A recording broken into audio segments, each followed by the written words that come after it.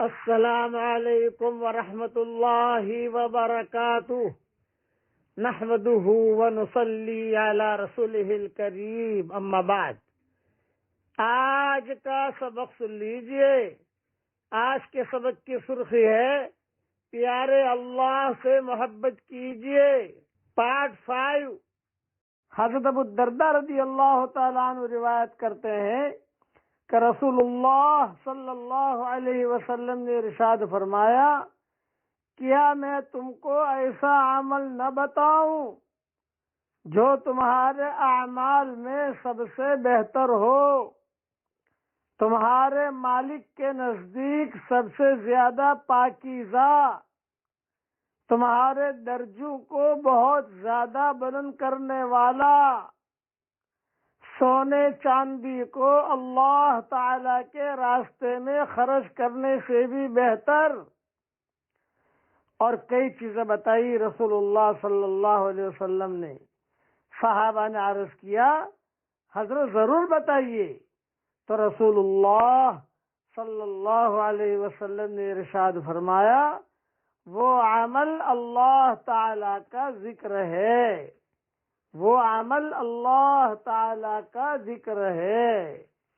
بتاؤ کتنا بڑا پیارے اللہ سے دوستی کیجئے، اللہ کو ہم یاد رکھیں گے، اللہ ہمیں یاد رکھے گا۔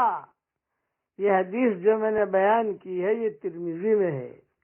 چلیے پڑھ لیجئے، یاد کیجئے، اللہ تعالیٰ کو پڑھیے۔ اللہم ارزقنی طیبا واستعملنی صالحا۔ اے میرے پیارے اللہ، مجھے پاک صاف روزی کھلا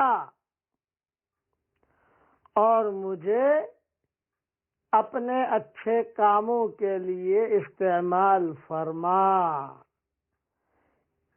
یہ پاکیزہ روزی اور نیک کام کی توفیق کے لیے یہ دعا ہے۔ یہ دعا حضرت جبریل علیہ السلام نے رسول اللہ صلی اللہ علیہ وسلم کو سکھائی تھی۔ کئی کتابوں میں یہ دعا موجود ہے جو ہمارا مضمون چل رہا ہے، باقی رہنے والی نیکیاں، انشاءاللہ اس میں یہ دعا آ جائے گی۔ اٹھتے بیٹھتے اسے پڑھنے کا اہتمام کیجیے۔